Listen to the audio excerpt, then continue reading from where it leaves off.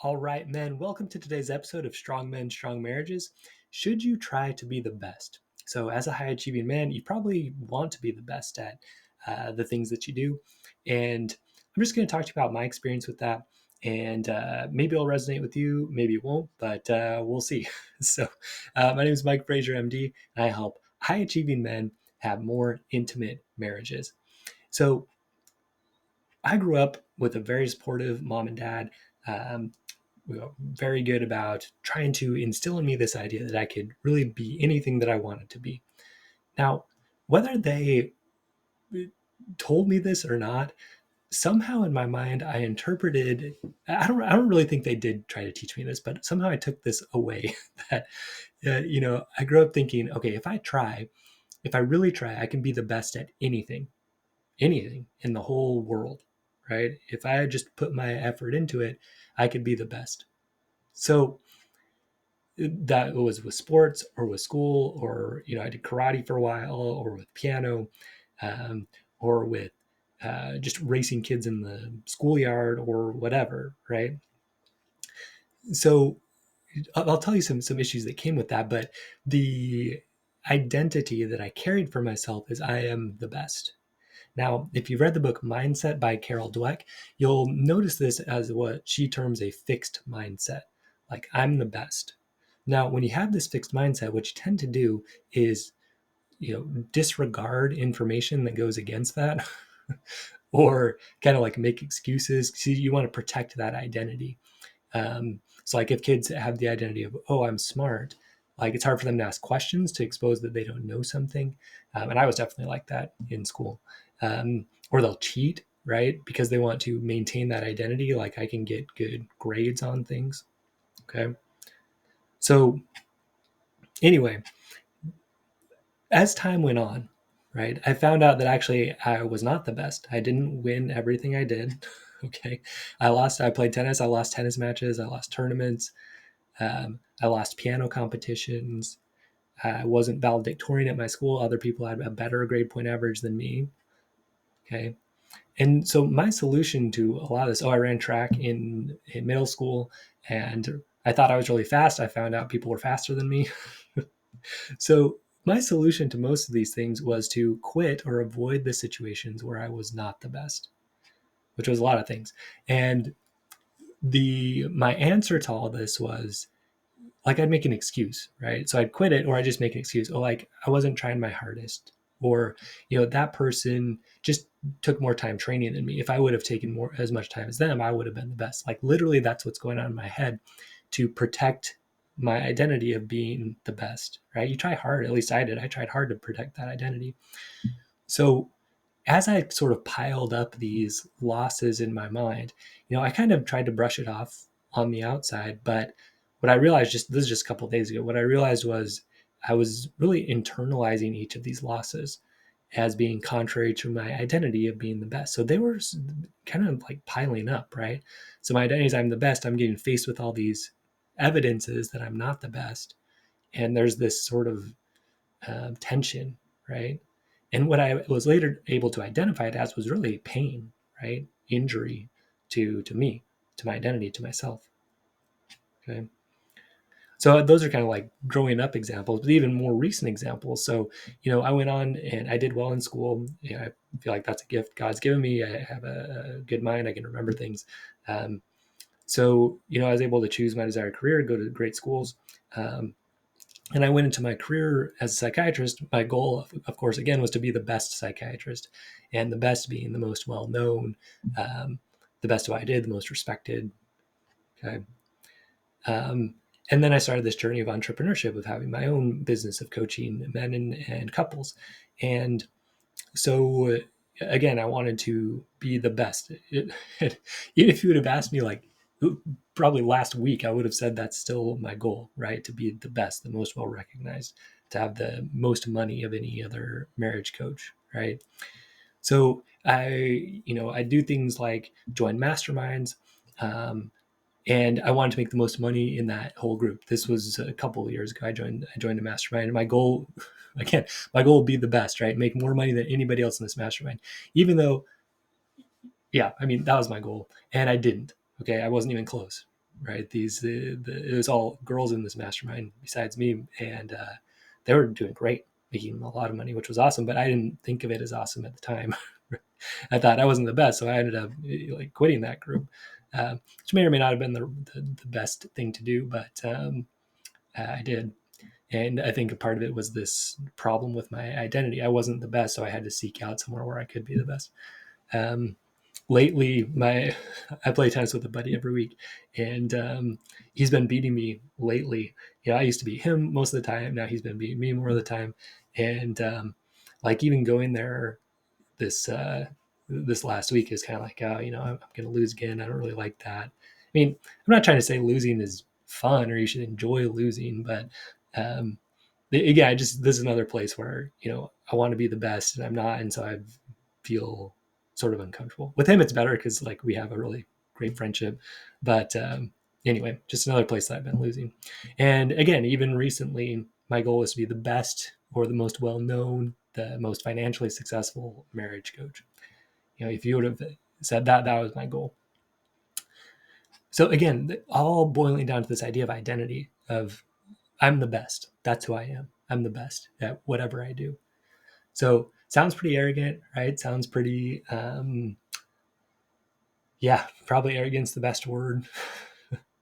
But really, it comes from a place of, um, neediness and, um, yeah, just immaturity, I guess. But in that mosquito mindset, right? Kind of needing that validation from the outside instead of getting it from that infinite source, right? But again, kind of tying it to this identity and this fixed mindset idea, like I'm the best and I've got to prove it to myself.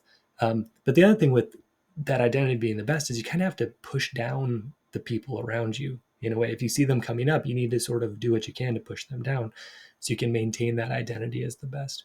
And I definitely have done that. Um, I was like one of those kids in middle school and high school that would like be pretty mean to the people around him, kind of make fun a lot of people. And, some people would think that was funny, but really it was the same idea of just trying to keep the people down around me so I could be seen as, the best. Right.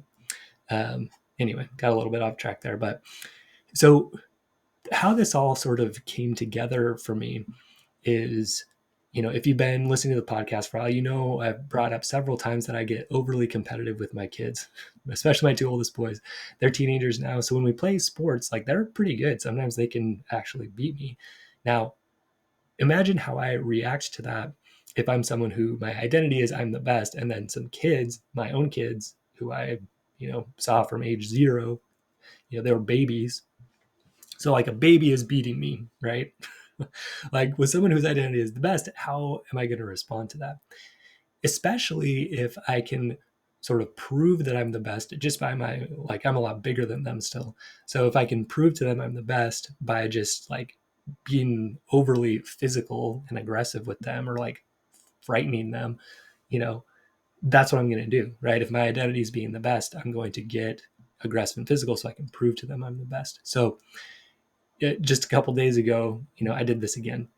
So we were playing hockey in the, so we have a big wood floor and we play hockey in the, in the living room kind of. It's fun. But I got in that mindset. I started hitting it really hard. They were scoring a bunch on me. I started getting mad. And my oldest son, called me out on it, right? He's like, you're acting this way, you're being threatening towards us. And I was like, oh yeah.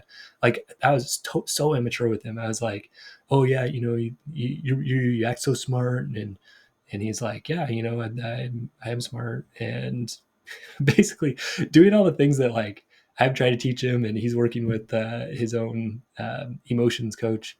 His name's Levi Williams. He's excellent. If you want your kids to talk to somebody, or if you want to talk to somebody more about just mainly he does emotional kind of processing, but kind of using all those skills basically. And I was in that immature mode. Thankfully though, this time I decided to actually do what I try to teach my guys in my program to do. And I went and I just sat with my feelings for a while. So I was angry for sure, but I went out, I laid down on my workout bench and just like laid there for a while and tried to figure out what was going on in my body. I definitely felt it in my chest. It was kind of like a red type of feeling. It was uncomfortable. Um, but as I just, sat with it for a while, I felt overwhelmed. But as I just kind of let it be there and be there, um, what I really felt was a pain, right? I felt a pain, and then all these losses came up that I had shared some of those with you, of um, wanting to win piano competitions and losing, or um, it was, now this is just coming to mind right now, but it was like when we had to break bricks in karate, that's when I quit because I was afraid that I wouldn't be able to. So, to maintain that identity of being the best, or times when I got picked on in school and didn't fight back, or I would pick on somebody that was obviously smaller or weaker. Um, there's all these things kind of came flooding in of these losses, and I felt the pain of those and how that rubbed against my identity of being the best. Um, and so that's what came. I was able to see that I had that pain that I never really let be there. That I just brushed off and tried to keep down and keep away and never really looked at them. I kind of like put them in this box, like, oh yeah, I lost those, but whatever. I'm still the best. Um, but this time I just let them be there. Yeah, those losses were hard, especially rubbing up against that identity, and they're hard anyway. Um, and so what I saw, and I believe in God, and I think God really helped me and really gave me these insights, um, is that I was trying to dominate my kids in sports, or when they talked back to me too, I would get pretty mean towards them, um, and it was really all about trying to prove I was the best somewhere, right? Like I can overpower them, sort of physically and emotionally, and like that's where I'm finally going to make up for all these losses that I've had. So that's a hard thing to say. It was a hard thing to realize, um, but really important. And also saw that I carried this with me into other areas of my life, marriage, even work, right? It meant that wanting to be the best meant that I tried to push others down. I've talked about that a lot on the podcast with my wife, right? Trying to one up, trying to be better, better than her. But it kind of ties back to this same idea of identity, of needing to be the best, or I am the best. And so if evidence confronts me that I'm not, I have to do something with that, or I have to try to push people down so I can be the best. So this was tough, especially to see that I had acted this way toward my kids. And so, yeah, I mean, I went and I apologized to them. I explained this to them. Um, and yeah, I feel bad about that I was taking out all this old emotional hurt and pain and taking it out on them. It's not good. So, I definitely need to make that up to them and change. And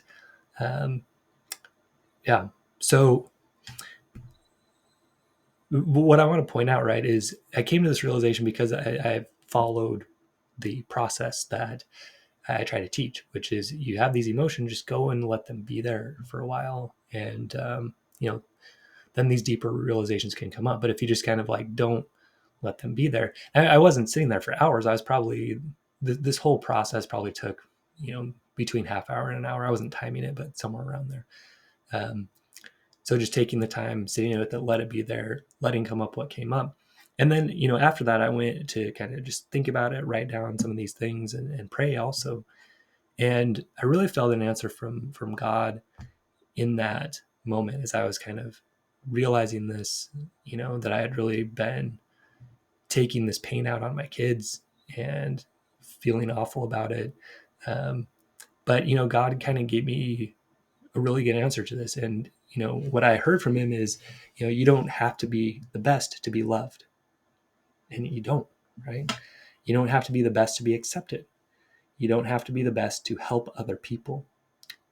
You don't have to be the best to be respected. You don't have to be the best to be important.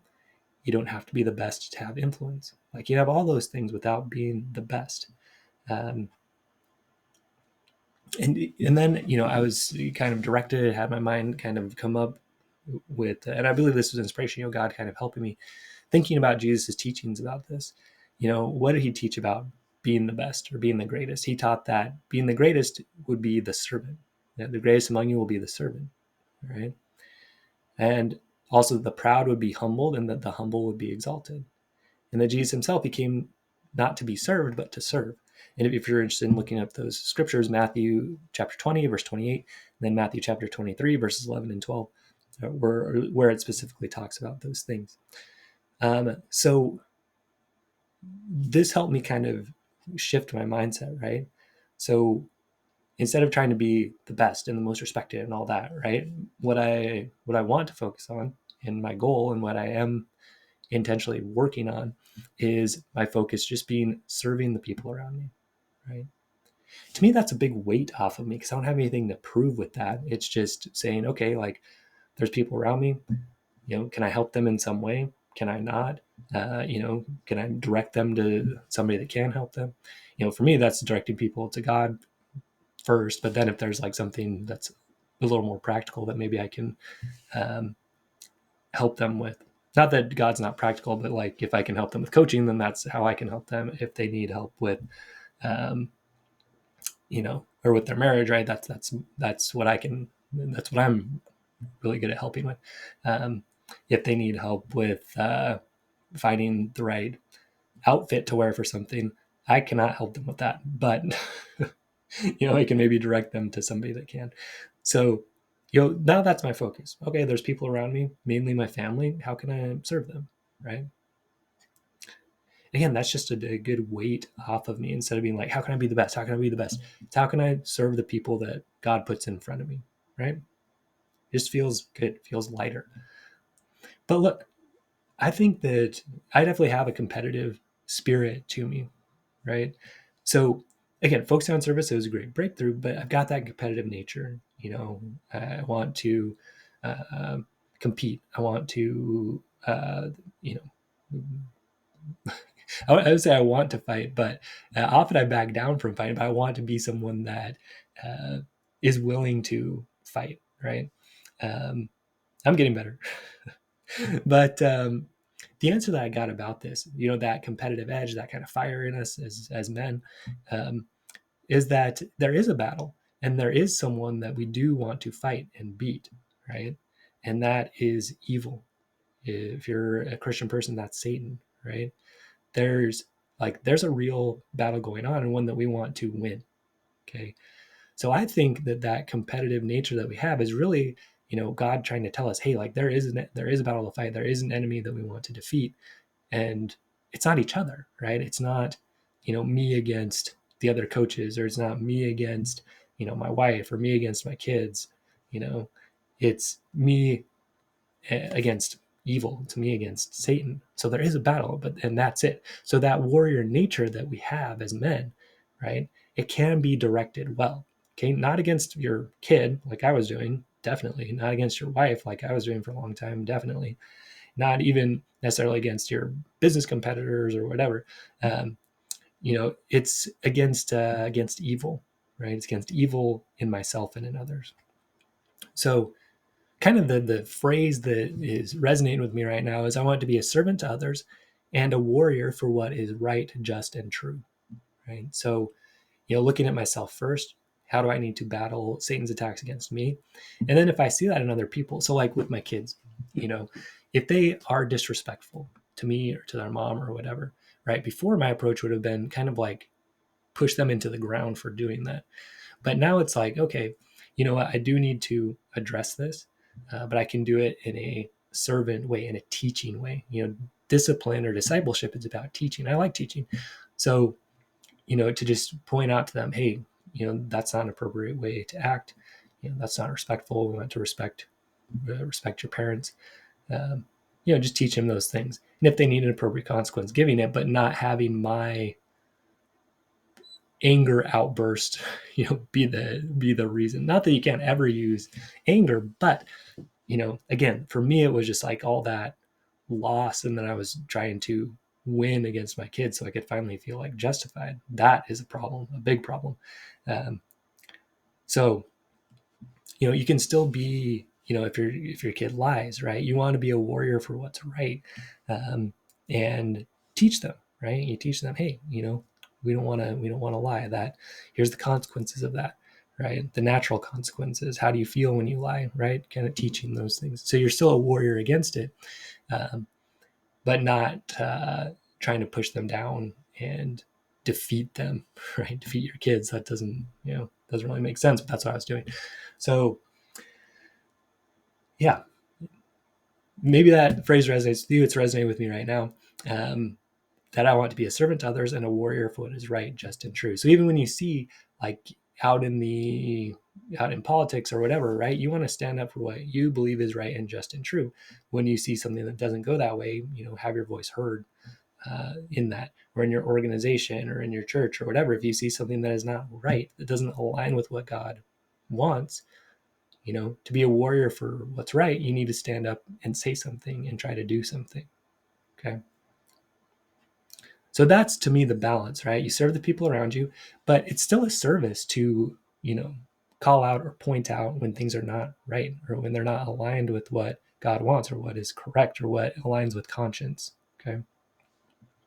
So to me, that's the balance, and it feels really good. So here's the summary. For me, having that identity of being the best, it did help in some ways. It helped me kind of push myself, sort of, except when I ran into challenges and then I gave up because it went against my identity. So helped some, but not a ton. I mean, overall, I'd say it was harmful to my development and to the people around me. It was that fixed mindset. I had to prove I was the best everywhere. So, I ran away from challenges where I wasn't going to be the best. And then I pushed other people down so that I could maintain that identity of being the best. So overall, I think harmful, fixed mindset, right? So, taking the time to tune into my emotions, that is what allowed me to access that pain that I hadn't really processed and see I was taking that pain out on my kids, which is awful. But I'm really glad I realized it and that God helped me realize that. And then even my son did that, right? He was a warrior for what was right. He said, look, Dad, what you're doing is not right. Okay. Now, I'm sure it was hard for him to do, but he did it. And I'm proud of him. So, as I tuned into that, I accessed my pain. I felt healing through God, and I felt acknowledgement of my own worth, right? And that was powerful. Just tune into those emotions, listen, meditate, pray. And so now, instead of trying to be the best all the time, right? Do we hear that a lot in our society? Be the best. What can you be the best in the world at? Good to Great by Jim Collins. He asks you that question. I don't know. At least for me, that's not going to work for now. I think the program I'm going through right now, I'm doing another mastermind, and it just talks about our experience is our gift, right? So like the things that I've been through personally and the things I've learned professionally, all of that, like that's my gift to give to others. So like the people I'm going to be able to help are people that kind of resonate with that process, right? And those problems that I've faced and been able to not just overcome, but learn the tools to work through them and continue to progress and keep learning and using the tools, so that's who I can help, right? So instead of being like, oh, I'm going to be the best marriage coach for men, it's like, I'm going to connect with the people that God wants me to connect with and that I can help because of the things that I've been through, right? So if you want to call that the best, that's fine. I'm not going to, because I want to avoid falling back into that trap and just say, my focus is going to be serving the people around me, right? Whether that's through my business or just people I see, or definitely my family first and foremost. And then also being a warrior for what is right, just, and true. Okay. To me, that feels very freeing. It feels very empowering, right? I'm on God's side. There is a fight to fight, but it's not against my kids or my competitors or whatever, my competitors in business, right? There is a fight, but it's against evil. And my job is to, sure, take a stand against that and fight against that in myself first. And then, the people that I might see that need correction or teaching. And then, serving those people the best that I can. All right, guys. So I'm going to read that phrase one more time for myself, and then maybe it connects with you. But my focus is on serving the people around me and being a warrior for what is right, just, and true.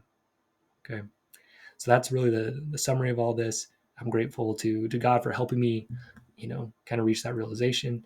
If you have that kind of mindset of being the best or wanting to always be the best, just take a look, see if maybe it's motivated by some of these things that are going to be problematic for you. At least they definitely were for me. All right, guys. So stay strong. We will see you next episode.